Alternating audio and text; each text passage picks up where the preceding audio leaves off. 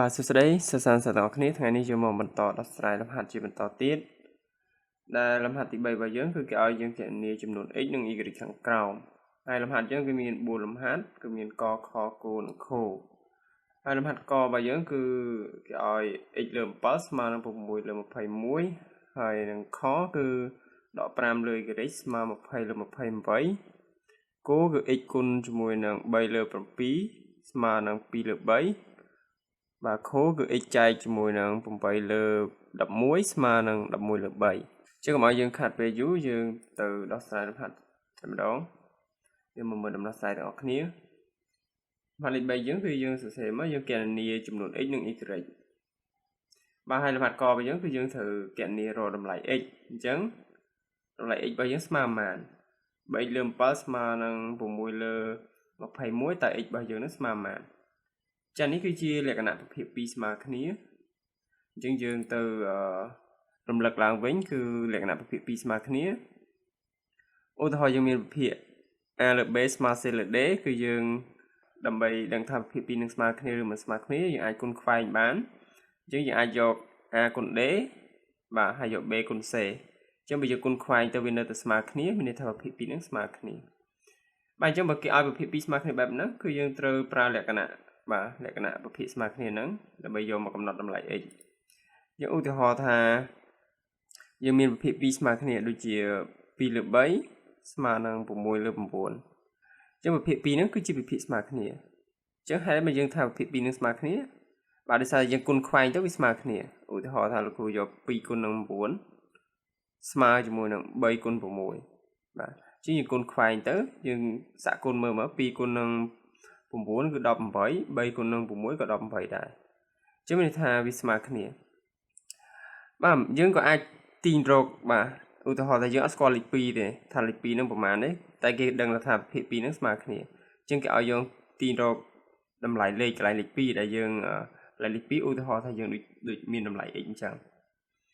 ងបើសិនយើងអត់ស្គាល់តម្លៃលេខ2យើងអាចទាញរកលេខ2នឹងបានអញ្ចឹងយើងអាចខ្វែងលេខ9ចេញទៅបាទ9គឺខ្វែងមកគុណវាខ្វែងមកបាននៅក្រោមបាប្រភេទបាទអញ្ចឹង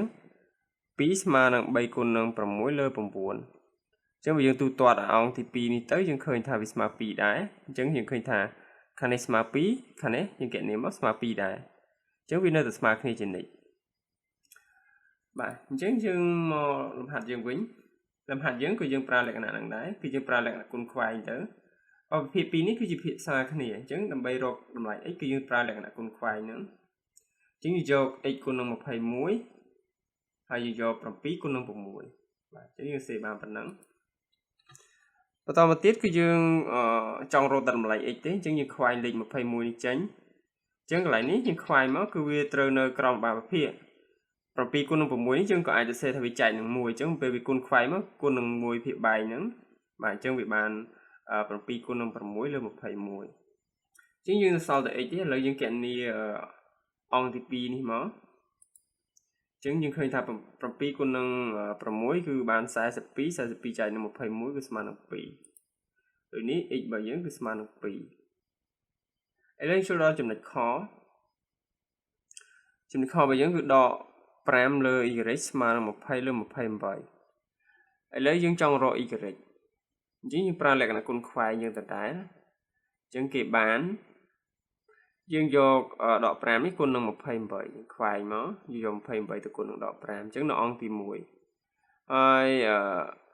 y គុណជាមួយនឹង20គឺយើងនៅអង្គខាងស្ដាំឬក៏យើងហៅថាអង្គទី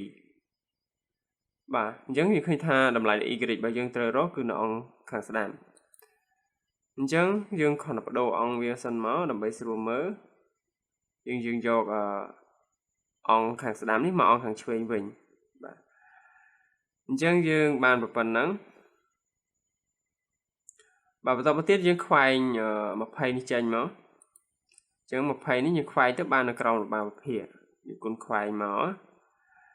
ហើយអានេះគឺយើងទូទាត់គុណបញ្ចូលគ្នាហើយគឺបានបាទដក140គឺយើងចែកនឹង20មកអញ្ចឹងដកនេះគឺវារក្សាទុកនៅដដែលទៅហើយយើងយកលេខចែកលេខសញ្ញាចែកសញ្ញាដកចែកយកបូកហើយនេះវាអត់សរសេរមានថាវាបូកដកចែកបូកគឺបានដកដដែល ហើយ140ចែកនឹង20គឺបាន7ជាងនេះ y បើយើងស្មើ7បាទគឺស្មើដក7បើយើងអត់ជឿយើងសាកជំនួសមើលទៅបាទតើវិភាគពីរហ្នឹងស្មើគ្នាឬអត់បាទយកដក7ជំនួសកន្លែងហ្នឹងទៅ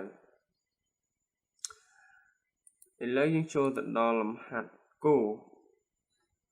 លំហាត់គោគឺ x គុណនឹង3លើ7ស្មើនឹង2លើ3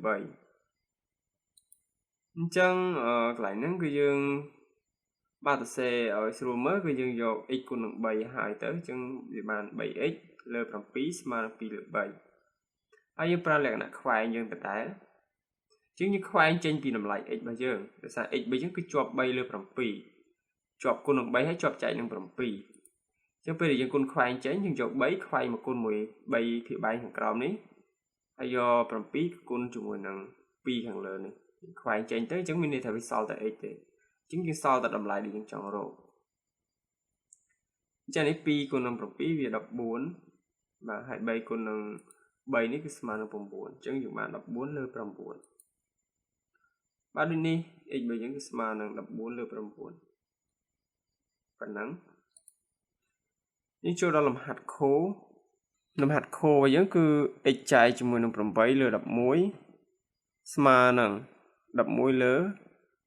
3យើងកន្លែងនេះគឺយើងអាចតន់ខ្វែងកើតទេដោយសារតែនេះវាជាប់បាទសញ្ញាចែកអញ្ចឹងយើងទូទាត់អង្គទី1នេះហើយសិនមកឬក៏អង្គខាងឆ្វេងនេះអញ្ចឹងកន្លែងនេះយើង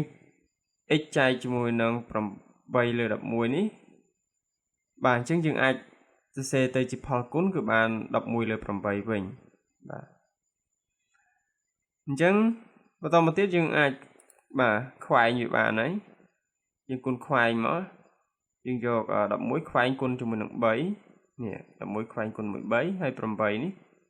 ខ្វែងទៅគុណមួយ11អញ្ចឹងយើងខ្វែងទៅយើងឃើញថានេះ11និង11នេះលោកគ្រូអត់គុណចូលទេនេះខាងលើនេះអត់គុណចូលទេខាងក្រោមក៏អត់គុណចូលដែរអញ្ចឹងយើងគ្រាន់តែសម្រួលវាមក11ចែកនឹង11អស់អញ្ចឹងនៅសល់តែ8លើ3ទេចម្លើយវាអញ្ចឹងដូចនេះ x ស្មើ8លើ3បាទអញ្ចឹងលំហាត់របស់យើងគឺមានតែប៉ុណ្្នឹងទេ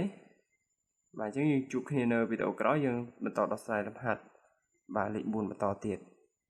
សូមអរគុណ